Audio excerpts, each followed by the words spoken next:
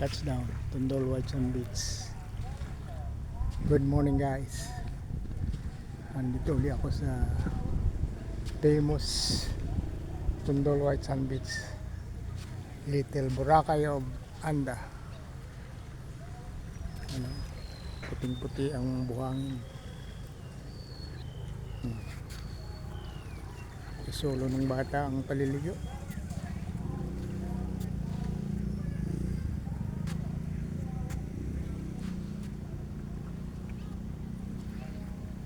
Ay, ulan uli. Pero makakalagpas na to. Hindi na tayo aabutan ng ulan sa pagpunta ng bayan. Hoy, umambon na nga. Ibali ambon lang. Paglagpas nito, okay na. Silong muna tayo.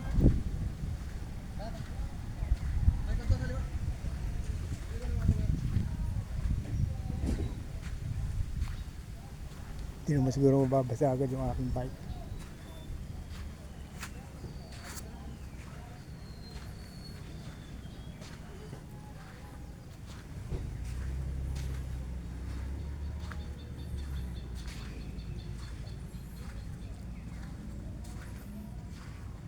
Dito bumaha eh.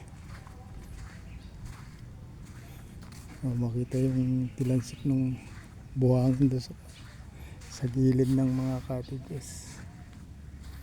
Hampas ng alon.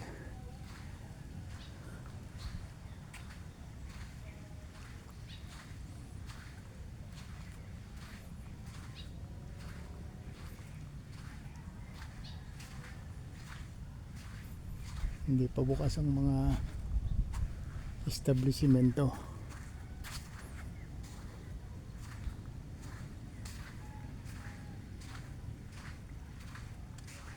Ay, ginawang parking space yung nasa likod na binoldos nila. Ginawang parking space. Ay, very good. That's improvement.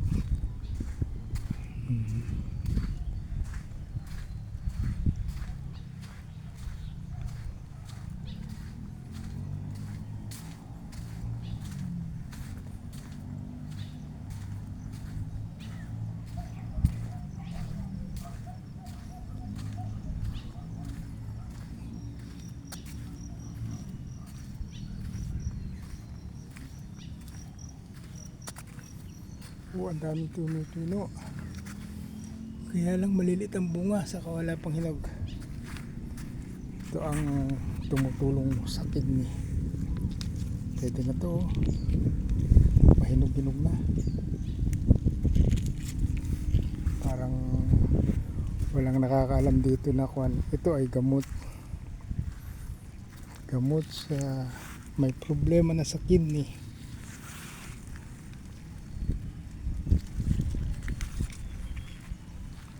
Kuha tayo yung aking mga tino-tino sa bakurang ko yung nangamatay dahil sa tubig. Dito okay siya kasi madaling mawala ang stagnant water.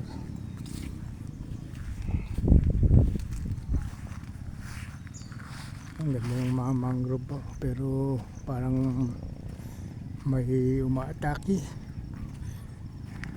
na sigurado parasite yan. Maraming mga namamatay na sayang.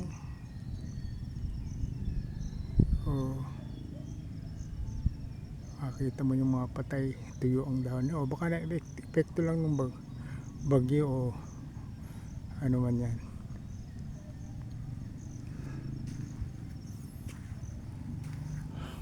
Kanilang banana boat.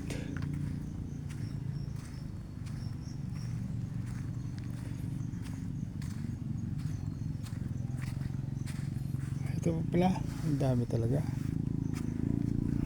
Kaya wala talagang hinog. Okay na to. Ito pa.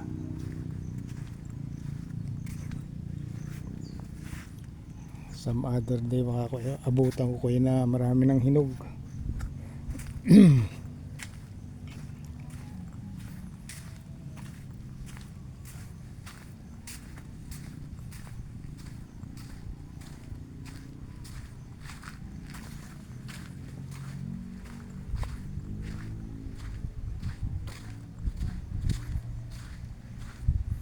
Ayos ah.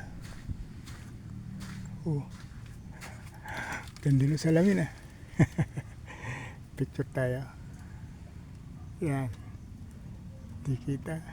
Yan. Ayos.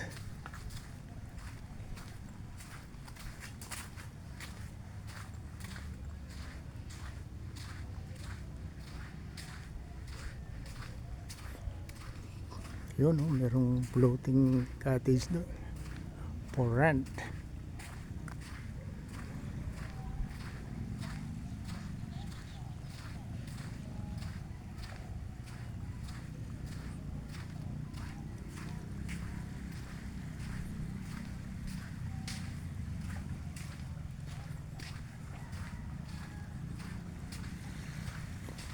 Meron mga visitors. Pahinga muna tayo.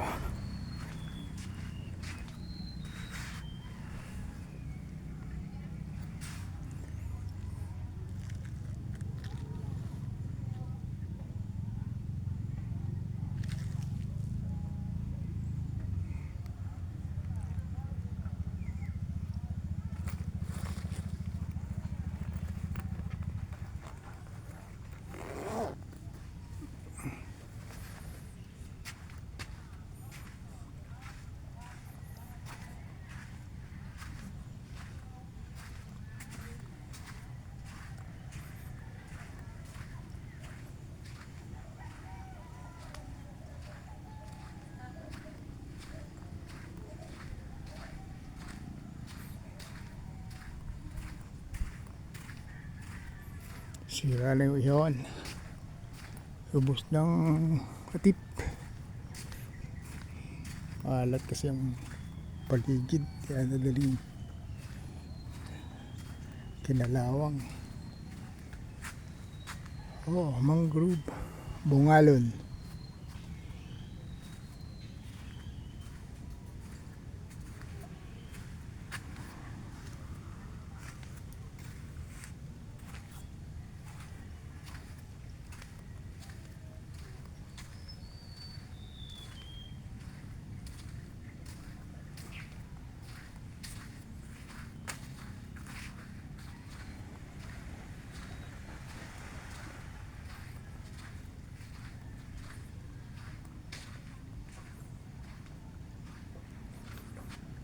Watchtower.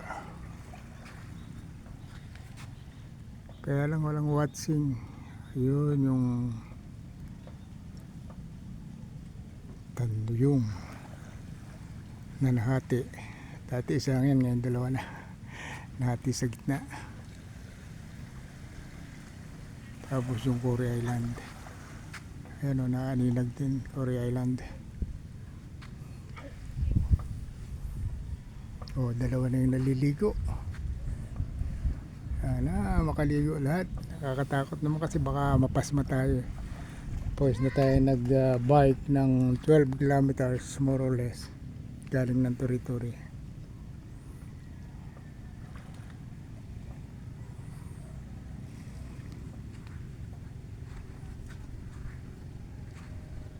Yun o, so tapat na yung Cory Island.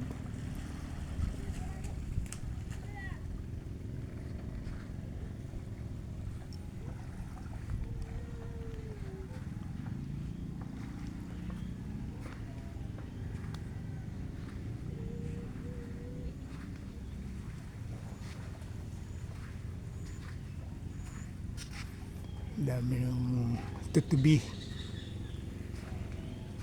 Sabi nung aking ama nung araw, Pag marami na tutubi na ganyan, mukhang mag-aaraw na. Sabi niya yung araw Agosto, laging mayroong parang monsoon break sa August. Pagkatapos ng siyam-siyam, nagkakaroon ng